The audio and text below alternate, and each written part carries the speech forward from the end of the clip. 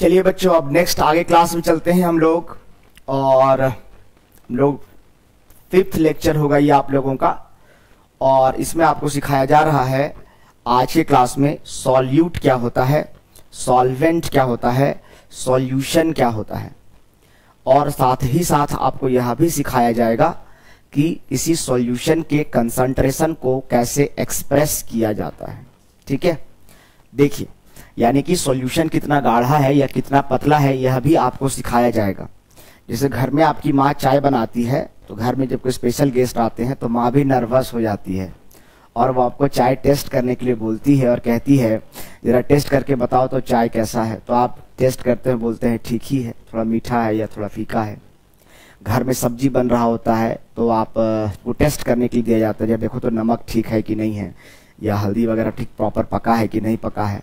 तो आप टेस्ट करते हैं और ठीक ही है, चावल साथ ठीक ही लगेगा, थोड़ा ज़्यादा हो गया बट चलेबल है, मैनेजेबल है, ऐसा आप कह देते हैं। ठीक है, लेकिन पढ़ने का मतलब ये तो नहीं है कि आप सब्जी और चावल टेस्ट करेंगे, है ना। तो आप मान लीजिए किसी स्प्राइट की कंपनी में या किसी पतंजलि या डाबर या किसी भी कंपनी में आप इंजीनियर हैं, बायोटेक से हैं आप, तो आपके उसके ऊपर ना लेबल चिपकाना पड़ता है कि उसका कंसंट्रेशन कितना है।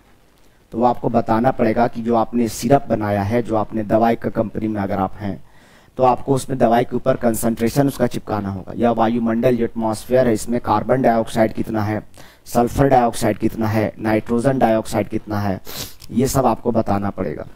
उसी प्रकार वाटर के अंदर कितना ऑक्सीजन घुला हुआ है, कितना पॉल्यूटेंट घुला हुआ है, ये सब भी आपको मेजर करके रिपोर्ट तैयार करके अपनी सरकार को या अधिकारी को भेजना पड़ता है। तो आपको आज की क्लास में यही सिखाया जा रहा है कि कोई सॉल्यूशन जो है वो कितना गाढ़ा है, ये हम कैसे पता करेंगे, कैसे एक्सप्रेस करेंगे। जैसे घर में दूध वाला आता है तो माँ कहती है कि अरे इसमें तो 90% तो वाटर ही है और 10% दूध है, यानी माँ के हिसाब से वो दूध बहुत ज़्यादा पतला है। 90% तो वाटर ही है और 10% ही मिल्क है उसमें, कह रही है। इसका मतलब यह है कि माँ के हिसाब से वो दूध बहुत ज़्यादा पतला है, बहुत ज़्यादा डाइल्यूट है। तो उसको कंसंट्रेटेड कैसे, क्योंकि परसेंटेज में 90% वाटर है और 10% ही मिल्क है, यानी बहुत कम परसेंट है मिल्क का, इसीलिए हम क्या कह दिया कि वाटर डाइल्यूट है। तो एक तरीका जो परसेंटेज है वो तो हम बचपन से सीखते आ रहे हैं, पर और तरीकों के बारे में आज की क्लास में हम जानेंगे और यहाँ से रिलेटेड न्यूमेरिकल सीखेंगे। धीरे धीरे आप सब चीज़ सीखते जाएंगे, घबराए नहीं, धैर्य रखें, जबरदस्त आपको सिखाया जाएगा, बिल्कुल बिंदास। खैर, अब हम पढ़ते हैं सॉल्यूट, सॉल्वेंट और सॉल्यूशन क्या होता है। तो सबसे पहले हम कहें अगर, तो सॉल्यूशन जो होता है, सॉल्यूशन का डेफिनेशन होता है कि सॉल्यूशन एक होमोजेनियस मिक्सचर होता है। सॉल्यूशन क्या होता है, होमोजेनियस मिक्सचर होता है। होमोजेनियस क्या होता है, होमो का मतलब होता है वन और जेनियस का मतलब होता है फेज। फेज मतलब अवस्था, ठोस, द्रव या गैस, यानी वैसा मिक्सचर जिसमें पूरे मिक्सचर में एक ही फेज हो, या तो पूरा मिक्सचर सॉलिड हो। होमो का मतलब क्या होता है, वन, और जेनियस मतलब क्या बताया गया, फेज। लिखते जाइएगा, होमो मतलब वन, जेनियस मतलब फेज, यानी वैसा mixture which has only one phase. पूरे mixture, throughout the mixture, पूरे मिक्सचर में सिर्फ एक ही फेज होना चाहिए, या तो पूरा मिक्सचर सॉलिड होना चाहिए, या पूरा मिक्सचर लिक्विड होना चाहिए, या पूरा मिक्सचर गैस होना चाहिए। सॉलिड लिक्विड नहीं होना चाहिए। ये नहीं कि जैसे एक गिलास में पानी लिए और उसमें चीनी डाल दिए और चीनी जाके गिलास के बॉटम में नीचे बैठ गया है, तो चीनी अभी बैठा हुआ सॉलिड स्टेट में है और पानी लिक्विड स्टेट में है। तो चीनी पानी के उस मिक्सचर को आप अभी सॉल्यूशन नहीं कहेंगे, क्योंकि वो होमोजेनियस मिक्सचर नहीं है, वो हेट्रोजेनियस मिक्सचर है। कैसा मिक्सचर है, हेटेरो, HETERO, हेट्रोजेनियस मिक्सचर है, मोर देन वन फेज है उसमें, और वैसे मिक्सचर को सॉल्यूशन नहीं कहा जाता है। जब तक चीनी पानी में अच्छे से थॉरली मिक्स नहीं हो जाए, बिल्कुल चीनी पानी में तब्दील नहीं हो जाए, बिल्कुल लिक्विड स्टेट में ना कन्वर्ट हो जाए, तब तक उस चीनी पानी के शरबत को आप सॉल्यूशन नहीं कह सकते हैं। क्योंकि सॉल्यूशन का प्रॉपर्टी ही होता है कि उसका प्रॉपर्टी पूरा यूनिफॉर्म होना चाहिए। ये नहीं कि पानी शरबत पिएगा आप, वो वाला शरबत जिसमें चीनी नीचे बैठा हुआ है, तो पहला घूंट फीका लगेगा, बीच का घूंट थोड़ा मीठा लगेगा और नीचे का घूंट ज़्यादा ही मीठा लगेगा। तो शरबत का प्रॉपर्टी भी यूनिफॉर्म नहीं है। शरबत का प्रॉपर्टी क्या होता है, मीठा लगना। यानी जब ऐसा मिक्सचर जिसमें फेज भी एक समान हो, टेस्ट ऊपर से लेके नीचे तक, यानी कि कॉम्पोजिशन भी एक समान हो, प्रॉपर्टीज भी एक समान हो, और उसके कंपोनेंट्स को आप फिजिकली सेपरेट नहीं कर सकते हो, चुन कर या चाल कर या छान कर। एक बार अगर वो मिक्सचर बन गया है तो उसको आप अलग नहीं कर सकते हैं, तो ऐसे मिक्सचर को होमोजेनियस मिक्सचर कहा जाता है। नहीं समझे? होमोजेनियस मिक्सचर क्या होता है? ऑफ टू और मोर कंपोनेंट्स। लिख लीजिएगा, सॉल्यूशन क्या होता है? Solution is a homogeneous mixture of two और more components. By the term homogeneous means, homogeneous का मतलब भी आपको बता दें क्या होता है। By the term homogeneous means only one phase and having uniform composition and properties throughout the mixture, uniform composition and properties throughout the mixture। इसके साथ ही साथ एक बात और याद रखना है, their components cannot be separated out। लिखते जाएंगे, their components cannot be separated out। their components cannot be separated out by physical methods। Physical method से उनके कंपोनेंट्स को सेपरेट नहीं किया जा सकता है। their components cannot be separated out by physical methods। Physical methods का मतलब लिख लीजिएगा, चुन कर या चाल कर या छान कर। तो सॉल्यूशन का डेफिनेशन होता है कि solution is a homogeneous mixture of two और मोर कंपोनेंट्स। दो या दो से अधिक चीजों के समांगी मिश्रण को घोल सॉल्यूशन कहा जाता है। यहाँ पे होमोजेनियस का मतलब क्या है? फुल स्टॉप के बाद लिखा गया है by the term homogeneous means only one phase, यानी वैसा मिक्सचर जिसके पास सिर्फ एक ही फेज है। एंड हैविंग यूनिफॉर्म मतलब एक समान, कॉम्पोजिशन मतलब अनुपात, जो चीज को मिलाए हैं उनका अनुपात पूरे मिश्रण में एक समान होना चाहिए, यूनिफॉर्म कॉम्पोजिशन। और जब अनुपात बराबर रहेगा तो गुणधर्म यानी प्रॉपर्टी भी एक समान होगा। तो uniform composition and properties through out the mixture, full stop. There components can not be separated out by physical methods. एक बार चीनी पानी का शरबत बन गया है तो आप उसको दुपट्टा या गमछा या धोती लगा करके छान नहीं सकते हैं, यानी फिजिकल मेथड से नहीं अलग किया जा सकता है। मैं ये नहीं कह रहा हूं कि चीनी पानी के शरबत से चीनी और पानी को अलग नहीं किया जा सकता है, किया जा सकता है, पर फिजिकल मेथड से नहीं किया जा सकता है, यानी चुन कर, चाल कर या छान कर नहीं किया जा सकता है। तो कैसे किया जा सकता है? बाय बॉइलिंग, क्योंकि वाटर जो है वो वोलेटाइल है, रूम टेम्परेचर पर वेपराइज हो जाता है। जो पदार्थ रूम के तापमान पर वाष्प बनकर उड़ जाए वैसे पदार्थ को वोलेटाइल सब्सटेंस कहा जाता है। जैसे पेट्रोल, आपका पसीना देखते हैं तुरंत रूम टेम्परेचर पर उड़ जाता है, पानी रूम टेम्परेचर पर भाप बनकर उड़ जाता है। तो वैसा कोई भी पदार्थ जो रूम टेम्परेचर पर वेपराइज हो जाए उसको वोलेटाइल सब्सटेंस कहते हैं। जैसे मेरी गर्लफ्रेंड, वो भी वोलेटाइल थी, रूम टेम्परेचर पर गायब हो गई, तो हम उसको वोलेटाइल ही मानते हैं।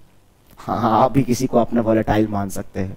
तो वोलेटाइल सब्सटेंस का मतलब होता है रूम टेम्परेचर पर जो वेपराइज हो जाए, उड़ जाए, उसको वोलेटाइल कहा जाता है। हाँ सर, हो गए, सबका कटा है, तेरा भी कटेगा बेटा।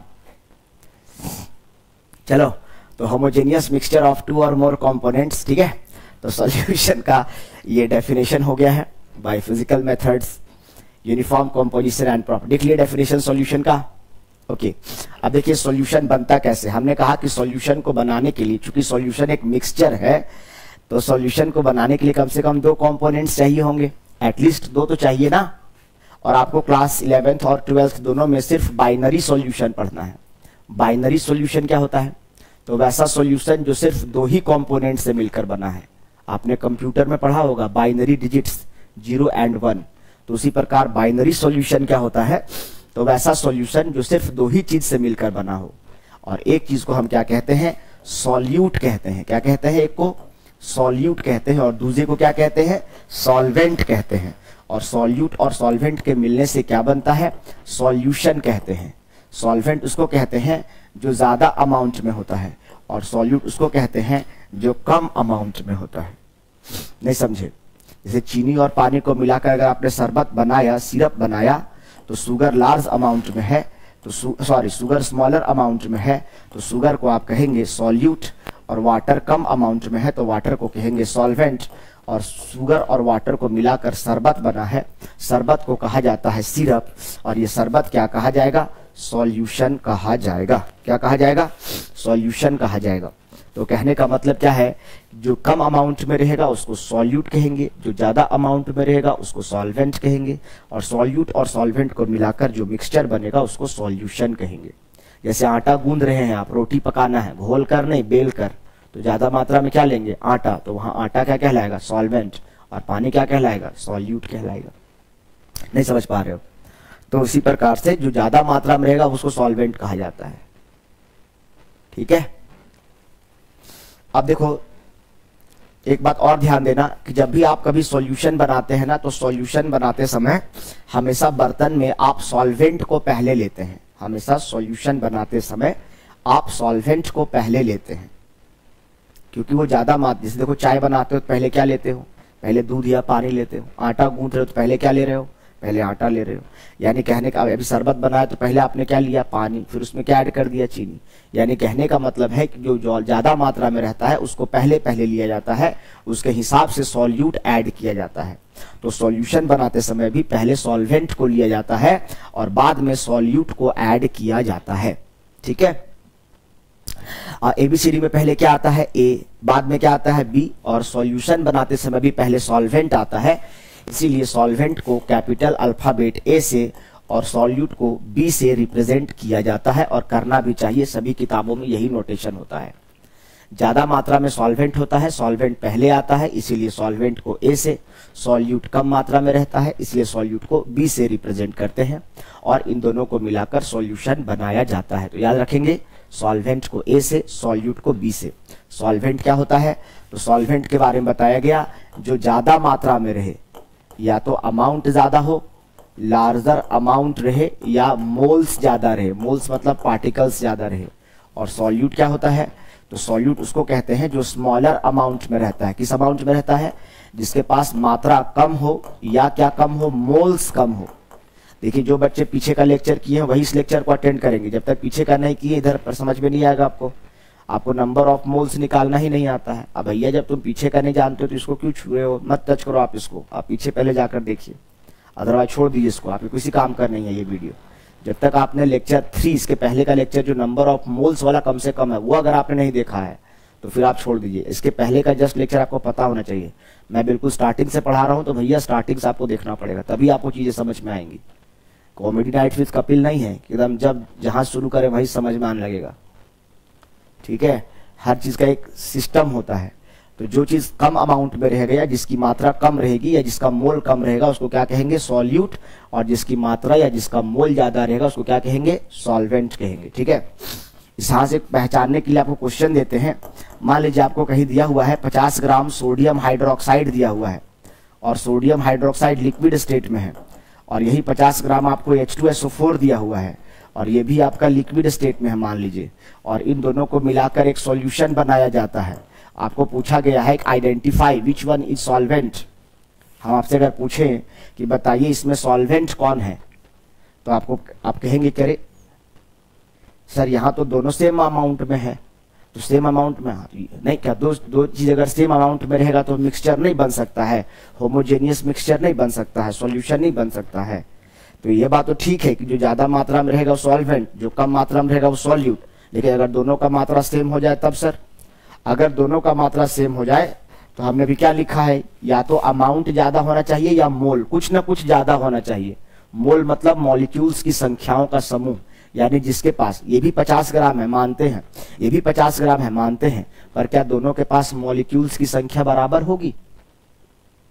पर क्या दोनों के पास मॉलिक्यूल्स की संख्या बराबर होगी? नहीं होगी, क्योंकि इसका मास 50 ग्राम तो है, पर इसका फॉर्मूला अलग है, तो इसका मोलर मास अलग होगा। और नंबर ऑफ मोल्स कैसे निकालते हैं? अब मास यहाँ बराबर है, इसलिए हम समझ नहीं पा रहे हैं कौन सॉल्यूट कौन सॉल्वेंट। तो जब इस तरह के सिचुएशन में कभी आप फंस जाएं, स्टक कर जाएं, जब आप सॉल्यूट और सॉल्वेंट डिसाइड नहीं कर पा रहे हो, तो दूसरा तरीका लगाना चाहिए। अगर अमाउंट सेम है तो नंबर ऑफ मोल्स देखना चाहिए, और आपको पता होना चाहिए कि नंबर ऑफ मोल्स निकालने का फॉर्मूला, अगर मास दिया हो तो फॉर्मूला होता है मास बाई मोलर मास। बोलो, होता है कि नहीं? अगर नंबर ऑफ मोल्स निकालना हो और मास पता हो तो फॉर्मूला क्या होता है, मास बाई मोलर मास। और 50 ग्राम इसका मास दिया है H2SO4 का और मोलर मास 98 होता है। इसी प्रकार ये इतना मोल दिया हुआ, ये इतना मोल आएगा, मास बाई मोलर मास करेंगे तो। इसी प्रकार इसका मास कितना है 50 और इसका मोलर मास कितना 40, आपको पता होना चाहिए।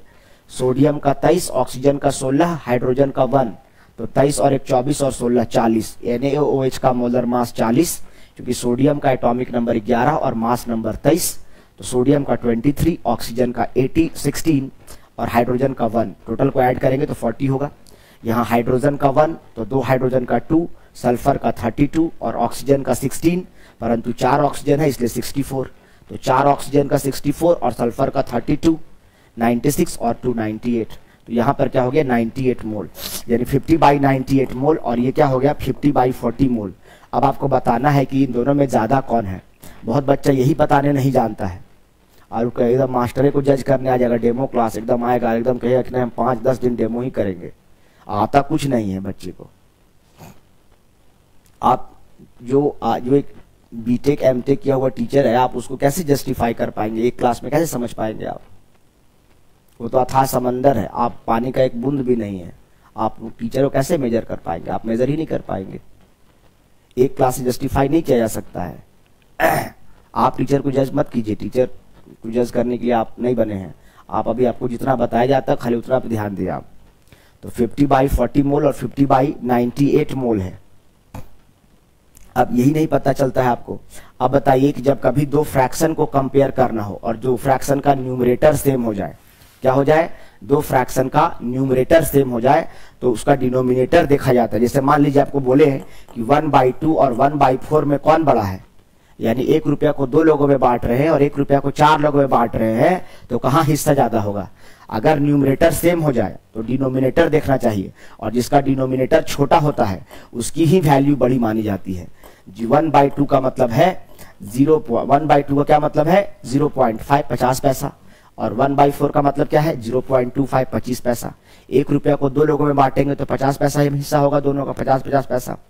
यानी जब कभी ऊपर वाला सेम हो जाए तो नीचे वाला, यानी जब न्यूमरेटर सेम हो जाए, दो फ्रैक्शन को कंपेयर करना हो और न्यूमरेटर सेम हो तो डिनोमिनेटर देखा जाता है, और जिसका नीचे वाला, जिसका डिनोमिनेटर छोटा होगा उसकी वैल्यू बड़ी होगी। यानी 50/40 और 50/98 में 98 में ये वैल्यू ज्यादा है।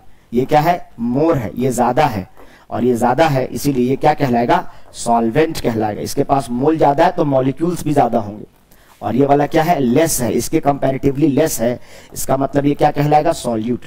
यानी जब 50 ग्राम H2SO4 और 50 ग्राम सोडियम हाइड्रोक्साइड दोनों प्रेजेंट हो, 50 ग्राम H2SO4 भी हो और 50 ग्राम सोडियम हाइड्रोक्साइड भी प्रेजेंट हो, तो उस कंडीशन में देखना है कि इसके पास मॉलिक्यूल्स की संख्या ज्यादा या कम है। या तो अमाउंट ज्यादा होना चाहिए, अगर अमाउंट बराबर है तो नंबर ऑफ मोल्स चेक कर लीजिए। मोल ज्यादा होगा तो जाहिर सी बात है मॉलिक्यूल भी ज्यादा होगा।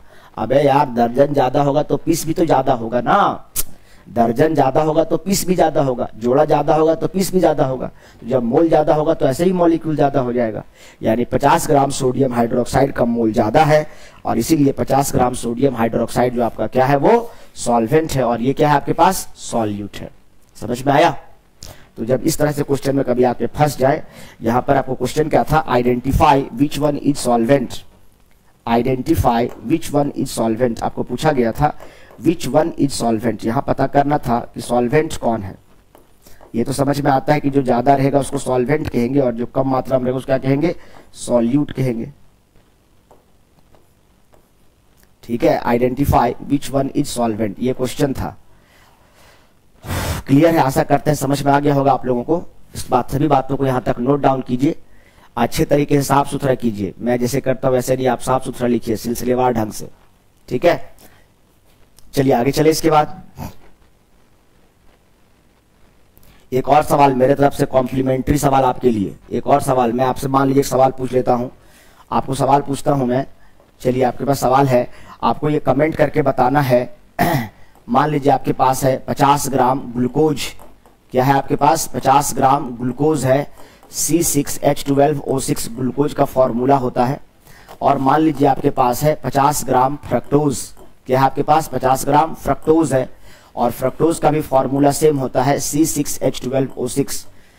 हाँ, ये दोनों एक दूसरे के आइसोमर हैं, ये दोनों एक दूसरे के क्या हैं, आइसोमर होते हैं। वैसे कंपाउंड्स जिनका मॉलिक्यूलर फॉर्मूला सेम होता है, ठीक है, परंतु उनका प्रॉपर्टीज अलग अलग होता है। मोलर मास भी सेम होगा जब मॉलिक्यूलर फॉर्मूला सेम है। तो आपको मैंने पूछा है इसमें बताइए, अच्छा ये भी लिक्विड स्टेट में है और ये फ्रक्टोज भी मान लीजिए लिक्विड स्टेट में है। अब आपको बताना है कि इसमें कौन सॉल्यूट है और कौन सॉल्वेंट है, ये आपका होमवर्क है। विच वन इज सॉल्वेंट पता करके बताइएगा अगली क्लास में, विच वन इज सॉल्वेंट।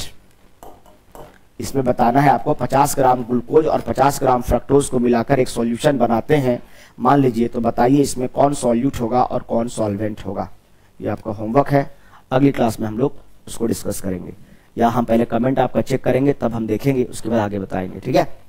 चलो अब आता है expression of concentration of solution, यानी अब हम सीखने जा रहे हैं। ये तो हमको समझ में आ गया कि सॉल्यूट और सॉल्वेंट के मिलने से क्या बनता है, सॉल्यूशन बनता है, ठीक है। अब जो सॉल्यूशन बना है, अच्छा एक बात, सॉल्यूशन बोलते हैं तुम्हारे दिमाग में चीनी पानी का घोल खाली नहीं चलना चाहिए। ये जो एटमॉस्फेयर है ये भी एक सॉल्यूशन है।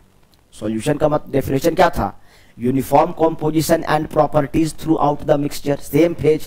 तो यहाँ भी गैस है, यहाँ भी गैस है, यहाँ का हवा पकड़ेंगे तो 78% नाइट्रोजन होगा, 21% ऑक्सीजन। यहाँ का हवा पकड़ के लाएंगे तो यहाँ भी 78% नाइट्रोजन और 21% ऑक्सीजन। पूरा फेज भी सेम है, गैसियस फेज, तो इसको भी तो सॉल्यूशन कह सकते हैं यार। ऐसा थोड़े है कि यहाँ जा रहे हैं तो अलग जैसा महसूस हो रहा है, यहाँ जा रहे हैं तो अलग जैसा महसूस हो रहा है, ऐसा तो नहीं है। सब जगह प्रॉपर्टी यूनिफॉर्म है, नाइट्रोजन ऑक्सीजन का कॉम्पोजिशन सब जगह बराबर है, तो इसको भी तो सॉल्यूशन कह सकते हैं। हाँ, अलग बात है कि इसको बाइनरी सॉल्यूशन नहीं कह सकते हैं। क्यों? क्योंकि इसमें नाइट्रोजन और ऑक्सीजन ही खाली नहीं है, इसके अलावा और भी गैसेज है, परंतु इसको बाइनरी सॉल्यूशन नहीं कह सकते हैं, ठीक है, परंतु सॉल्यूशन तो कह सकते हैं ना। तो ये एटमॉस्फेरिक एयर भी एक सॉल्यूशन है, समझ में आया? कैसा सॉल्यूशन है? गैसियस सॉल्यूशन है। अभी चीनी पानी का जो घोल बना था वो कैसा सॉल्यूशन था? लिक्विड सॉल्यूशन था। इसी प्रकार से सॉलिड सॉल्यूशन भी हो सकता है। जैसे आप जानते हैं कि प्योर गोल्ड से ऑर्नामेंट्स नहीं बनाए जा सकते हैं, शुद्ध सोना से आभूषण नहीं बनाया जा सकता है।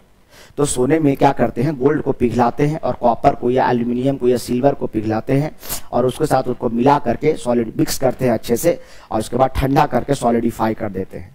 तो वो जो चांदी का और सोने का जो मिश्रण है उसमें यूनिफॉर्मली पूरे तरीके से अच्छे से जिस अनुपात में बनाए हैं आप, वो पूरा अच्छे से मिला हुआ है। तो वो जो सोना चांदी का आभूषण जो होता है वो भी एक सॉल्यूशन कहा जाएगा। तो सॉल्यूशन मतलब खाली चीनी पानी का घोल और चीनी पानी का झोर नहीं समझना है, समझ रहे हैं? तो सॉल्यूशन सॉलिड भी हो सकता है, लिक्विड भी हो सकता है, गैसियस भी हो सकता है। सॉल्यूशन समझ में आ गया क्या होता है? सॉल्यूशन को बनाने के लिए दो चीज चाहिए कम से कम, क्योंकि सॉल्यूशन एक मिक्सचर होता है, जो ज्यादा मात्रा में रहेगा सॉल्वेंट, कम मात्रा में रहेगा सॉल्यूट। अब हम सीखने जा रहे हैं कि सॉल्यूशन तो आपने बना दिया, अब सॉल्यूशन का कंसंट्रेशन बताना है कि सॉल्यूशन जो आपने बनाया है वो कितना गाढ़ा है। तो उसका एक तरीका होता है परसेंटेज, अभी तुरंत बताए थे। जैसे माँ कहती है कि दूध वाला आता है तो इसमें 90% तो पानी ही है, 10% दूध है। तो एक तरीका परसेंटेज जो हम बचपन से सीखते आ रहे हैं, पहले उसके बारे में बात कर लेते हैं। देखिए परसेंटेज के बारे में अगर हम बात करते हैं तो परसेंटेज को हमने यहाँ ब्रैकेट में लिखा है PPH, क्योंकि परसेंटेज हमेशा 100 पर डिफाइंड होता है, और यहाँ पर जो PPH लिखा हुआ है इसका मतलब होता है पार्ट्स पर 100। इसका मतलब क्या होता है? पार्ट्स पर 100 होता है। परसेंटेज का मतलब क्या होता है? पार्ट्स पर 100। अब अगर मान लीजिए परसेंटेज निकालना है, जैसे अभी मिल्क और वाटर वाला ही है, मिल्क प्लस वाटर, और इन दोनों को मिलाकर एक सॉल्यूशन बनाया गया है। मिल्क और वाटर को मिलाकर एक सॉल्यूशन बनाया गया है। मान लीजिए यहाँ पर 25 ग्राम मिल्क है, ठीक है, और 75 ग्राम वाटर है। इसको मिला के सॉल्यूशन बनाएंगे तो कितना बनेगा? 100 ग्राम सॉल्यूशन बनेगा। मान लेते हैं थोड़ी देर के लिए लिक्विड को केजी में ही मेजर कर रहे हैं, तो 25 ग्राम दूध है और 75 ग्राम वाटर है, इन दोनों को मिला के सॉल्यूशन बनाए तो सॉल्यूशन कितना बनेगा जी? हमेशा 100% ही ना बनेगा। इसका मतलब इन दोनों का सम हो गया, 100 ग्राम हो गया। अब अगर हमको पूछा जाए कि ये जो सॉल्यूशन बना है इसमें मिल्क का परसेंटेज बताइए, इसमें क्या पूछा जाए कि मिल्क का परसेंटेज कितना है, मिल्क परसेंटेज कितना है, तो हम क्या बोलेंगे? Mass of milk divided by, ध्यान से, mass of milk by total mass of solution, total mass of solution. और उसको क्या करेंगे 100 से क्या कर देंगे इंटू कर देंगे। अरे यार तुम परसेंटेज कैसे निकाले, अपना 10th में तुम नंबर लाए तो अपना परसेंटेज कैसे निकाले, परसेंटेज निकालने का तरीका आपको पता नहीं है। ऊपर में आप क्या रखते हैं ऑब्टेन्ड मार्क्स या प्राप्तांक रखते हैं, ऊपर में क्या रखते हैं ऑब्टेन्ड मार्क्स, और नीचे में क्या रखते हैं टोटल मार्क्स, क्या रखते हैं टोटल मार्क्स, और उसको क्या चीज से गुना कर देते हैं 100 से इंटू कर देते हैं, तभी तो परसेंटेज निकलता है। अब अगर रमेश का परसेंटेज निकालना है तो रमेश कितना नंबर लाया उसको रख दीजिए, क्योंकि टोटल मार्क्स तो रमेश के लिए, मुकेश के लिए, सुरेश के लिए, दिनेश के लिए, सबके लिए तो बोर्ड परीक्षा 500 का ही ना हुआ होगा, तो टोटल मार्क्स तो 500 नीचे रहेगा ही रहेगा, 100 नीचे इंटू में रहेगा ही रहेगा, 100 इंटू में। बाकी अगर रमेश का परसेंटेज निकालना है तो 500 में रमेश कितना लाया उसको रख दीजिए, तो रमेश का परसेंटेज निकल जाएगा। अगर दिनेश का परसेंटेज निकालना है तो दिनेश कितना लाया है, दिनेश का मार्क्स रख दीजिए, दिनेश का परसेंटेज निकल जाएगा। तो यहाँ पर उसी प्रकार से मिल्क का परसेंटेज निकालना है तो मिल्क का mass divide by total mass of solution into 100। इसी प्रकार से अगर वाटर का परसेंटेज निकालना है, किसका परसेंटेज निकालना है वाटर यानी दूसरा कंपोनेंट का परसेंटेज निकालना है, तो यहाँ पर क्या करेंगे जब वाटर का निकाल रहे हैं तो यहाँ पर मास किसका रखेंगे वाटर का, और डिवाइडेड बाय क्या कर देंगे total mass of solution, divided by क्या कर देंगे टोटल मास ऑफ सॉल्यूशन। इसमें तो केमिस्ट्री लग ही नहीं रहा है यार, इसको मैं क्या बताऊं इनटू 100, इसमें तो बेसिक मैथ्स लग रहा है प्यारे। यानी जिसका परसेंटेज निकालना है उसका मास ऊपर रखना है और टोटल मास नीचे रखना है। सॉल्यूशन का टोटल मास कितना है यहाँ पर 100, तो 100 से 100 कट जाएगा, यानी मास परसेंटेज मिल्क का कितना हो जाएगा 25%, और ये कितना हो जाएगा 75%। ठीक है, यानी इसका कितना हो जाएगा बताइए। अगर मान लीजिए जो सिंपल है इसको निकालने का भी जरूरत नहीं, क्योंकि आप 50-25 है इसीलिए ना, 50-25 इसलिए नहीं समझ में आ रहा है कि 25% या 75%, लेकिन तरीका यही रहेगा। तरीका क्या रहेगा यही रहेगा। अभी क्वेश्चन दे रहे करने के लिए, ये कितना हो जाएगा 75%। यहाँ तो देख के समझ में आ रहा है तो निकालने का जरूरत नहीं है, लेकिन क्वेश्चन में जरूरी नहीं ना है कि ये 25 और 75 देकर 100 ही किया रहेगा। दो चीज को मिला के सोल्यूशन बनाया रहेगा, तो किसी एक का परसेंटेज निकालने बोलेगा कितना परसेंट है उसका योगदान सॉल्यूशन में, तो जिसका परसेंटेज निकालने बोलेगा उसी का मास ऊपर रखिएगा और टोटल मास नीचे कीजिएगा इनटू 100। इसको नोट डाउन करिए, भी क्वेश्चन दे रहे हैं बनाने के लिए, हमको बनाकर भी तुरंत बताइए। इस क्वेश्चन को नोट डाउन करिए, पहले फटाफट इसका स्क्रीनशॉट लीजिए, वीडियो को पॉज कीजिए, इसको नोट डाउन कीजिए और एक क्वेश्चन बना के दिखाइए। इसमें केमिस्ट्री नहीं लग रहा है, इसमें बेसिक परसेंटेज का क्लास है, 5 क्लास में आप पढ़े हैं, इसको मैं क्या बताऊं। चलिए अब एक क्वेश्चन में दे रहा हूं करने के लिए, उसको करो। एक ये क्वेश्चन है, जरा देखो तो इस क्वेश्चन को जरा बना के बताइए हमको। ये बिल्कुल गणित गणित लग रहा है, मैथ्स लग रहा है, इसमें तो केमिस्ट्री लग ही नहीं रहा है। अब बायो के बच्चे बोलेंगे मेरा तो मैथ से नहीं है सर, ये बिल्कुल बेसिक मैथ्स है यार। क्वेश्चन पढ़ो ध्यान से। Calculate the mass percentage of benzene and carbon tetrachloride.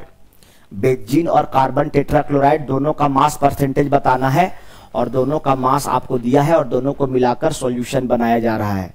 Question क्या कहता है 22 ग्राम ऑफ बेंजीन को 122 ग्राम ऑफ कार्बन टेट्राक्लोराइड में घोला जाता है। तो ये आपके पास है बेंजीन C6H6, ये आपके पास बेंजीन है, देखो इसको बनाओ। और दूसरा क्या है आपके पास कार्बन टेट्राक्लोराइड CCl4 है, इसको क्या कह रहे हैं कार्बन, और 4 क्लोरीन है तो क्या कहेंगे टेट्राक्लोराइड। देखो बेंजीन का स्ट्रक्चर ऐसा होता है, दिमाग में रखिएगा। बेंजीन इस प्रकार से साइक्लोहेक्सेन कहते हैं इसको क्या कहते हैं केमिस्ट्री में साइक्लोहेक्सेन। जहां जहां कॉर्नर है वहां वहां कार्बन है, और ऑल्टरनेट में अगर डबल बॉन्ड इस प्रकार से लगा रहे तो उसको बेंजीन कहा जाता है। पढ़ाएंगे जब ऑर्गेनिक पढ़ाएंगे तब। फिलहाल आप समझिए बेंजीन ऐसा होता है, ये जो स्ट्रक्चर है ये बेंजीन का स्ट्रक्चर है। ठीक है, अब बेंजीन और कार्बन ये भी सॉल्वेंट होता है, जैसे पानी एक सॉल्वेंट होता है वैसे बेंजीन भी एक सॉल्वेंट होता है।